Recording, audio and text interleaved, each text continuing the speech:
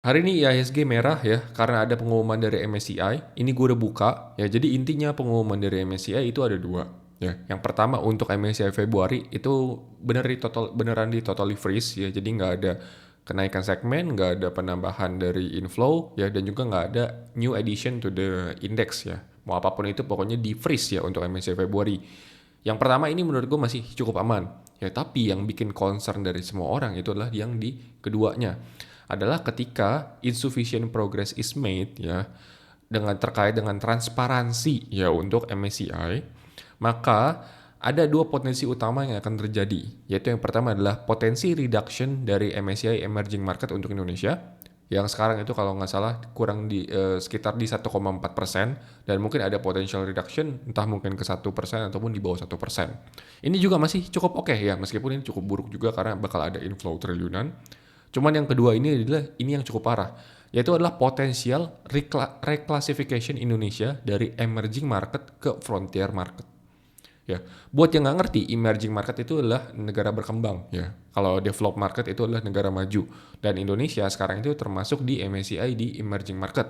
Nah, kalau frontier market itu kayak negara-negara di Afrika seperti kayak Kenya, terus juga ada Maroko, ada Sri Lanka, ada negara-negara lain lah pokoknya. Dan kita itu disamakan dengan negara-negara di Afrika. Ya, mohon izin ya, bukan berarti gue bilang bahwa Afrika itu jelek, tapi menurut keyakinan gue Indonesia itu harusnya jauh lebih bagus dibandingkan dengan Afrika, sehingga harusnya kita nggak pantas lah untuk diklasifikasikan sebagai frontier market. Dan kalau ini terjadi ya udah pasti asingnya itu cabut semua dari market Indonesia. Dan tapi menurut gue ya untuk reklasifikasi ini less likely to happen ya, karena bursa pasti akan melakukan yang terbaik untuk menghindari Indonesia jatuh ke frontier market, karena negara-negara yang di frontier market itu udah negara-negara yang menurut gue memang kurang layak lah untuk bisa diinvestasikan oleh MSCI. Ya, jadi sampai situ itu udah aman dulu lah untuk reklasifikasi kita untuk jatuh ke frontier market. Ya, tapi di sini yang mau gue highlight adalah ini semua bisa terjadi karena adanya ketidaktransparan dari bursa ke MSCI.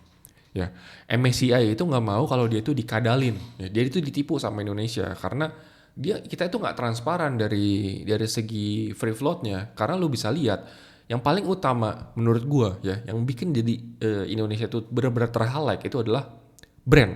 Ya, kalau kalian lihat di sini, brand itu market cap-nya nomor satu di Indonesia, tapi revenue-nya itu yang paling kecil. Ya, 10T. Ya, dibandingkan dengan yang lain ya, kayak BCA, Ratusan T, DSSA bahkan masih mending ya kan, kayak CDIA, ini TPIA, sorry, terus ada BBRI dan lain semacamnya.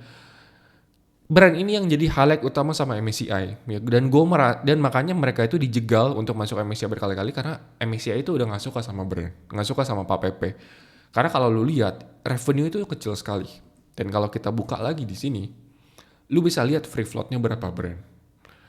Free floatnya itu cuma 12,3%. Dan ini tuh nggak liquid ya, yang mainnya itu cuma segelintir orang doang. Kalau lu nggak percaya, lu juga bisa lihat di sini di bagian profile. Ya, lu bisa lihat di sini number of shareholder-nya itu cuma 36.000. Ya, tapi market cap-nya bisa terbesar di Indonesia gitu loh. Nomor satu. Ya, kalau sekarang kita coba bandingkan sama BBCA. BBCA market cap-nya juga seribuan T ya. Oh, udah turun ya sekitar 866 T. Tapi kalau kita lihat dari jumlah SID-nya ya yang beli saham ini. Nah, kita lihat 578.000 ya, dibandingkan dengan tadi brand cuma 33.000. Ya, jadi brand ini adalah perhatian utama dari MSCI. Dan menurut gua kalau misalkan kita mau aman, menurut gua brand ini harus berbenah. Kalau bisa dia itu harus cekatin free floatnya. Jadi antara dia tuh tingkatin free floatnya supaya ini saham itu lebih liquid dan juga terbuka ya. Atau yang kedua dia sekalian aja keluar dari MSCI. Menurut gue seperti itu. Karena selama brand ini nggak bisa dibenahi ya, maka asing itu akan berpendapat buruk terhadap Indonesia. Karena mereka ngeliat saham seperti ini aja bisa digoreng kok. Jadi dia itu ragu buat ngasih uang mereka tuh ke Indonesia karena mereka melihat saham-saham seperti ini bisa digoreng. Ya, bukan berarti gue nggak suka sama Pak PP. Gue juga ya suka lah, karena kan dia juga Pak PP itu salah satu konglo yang suka memberikan cuan kepada retail yang ada di Indonesia. Tapi mungkin untuk brand ini Pak PP harus ada PR lah buat berbenah supaya satu Indonesia ini nggak dianggap buruk sama MSCI gitu loh. Dan yang kedua memang mungkin ada juga selain brandnya itu adalah DSSA. Makanya kemarin inflow-nya DSSA juga dipotong setengahnya karena mereka merasa ini tuh nggak liquid ya.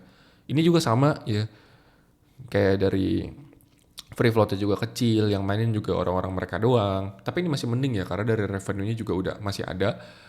Dan menurut gue yang harus diberesin pertama kali tuh brand. Ya, jadi ini adalah PR daripada bursa dan juga menurut gue ya dari emitennya sendiri yaitu PAPP. Ya, untuk bisa lebih transparan ya. Kalau dia nggak mau brand itu keluar dari indeks ya mereka harus tingkatin free float mau nggak mau. Mereka harus bikin ya saham ini liquid dan ramai diperdagangin gitu loh dan orang-orang mau beli gitu, retail-retail beli. Ya, concernnya, tapi gue mau highlight sedikit sih.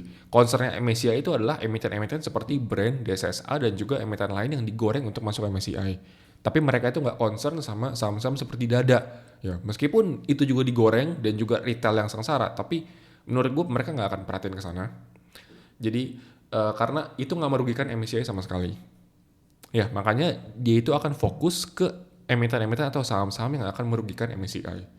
Ya contohnya adalah brand, ada DSSA, ya, ataupun saham-saham lain yang ingin masuk ke MSCI dengan cara digoreng. Ya, menurut gue seperti itu ya. Ini izin ya, ini cuma pendapat gue pribadi, ini keyakinan gue seperti ini. Dan kalau misalkan dari segi PAPP dan juga regulator juga mau berbenah, gue yakin ini semua bisa kita atasi ya. Ya jadi hari ini kita sedih, semuanya sedih ya. Tapi ya nggak perlu merasa bego karena kita di sini semua juga sama-sama ya. Kita rugi bareng-bareng gitu loh. Dan semoga ya besok ataupun minggu depan lah, at least ini harusnya udah reda ya dibandingkan dengan hari ini. Jadi buat kalian teman-teman, gue sangat saranin untuk jangan main saham-saham Konglo dulu, jangan main saham-saham Pak Pepe dulu ya menurut gue. Karena yang harusnya ini yang kena highlight itu adalah Pak Pepe. Tapi kalau misalkan kalian ingin beli saham-saham Konglo, carilah yang masih under value. Atau enggak carilah saham-saham lain yang memang secara value investingnya itu bagus ya. Jangan beli saham-saham Konglo ataupun MSCI dulu. Ya, tunggu sampai ada smart money masuk, ya, tunggu ada konfirmasi kejelasan dari MSCI baru kalian coba untuk masuk. Oke, mungkin sekian untuk video kali ini. Thank you.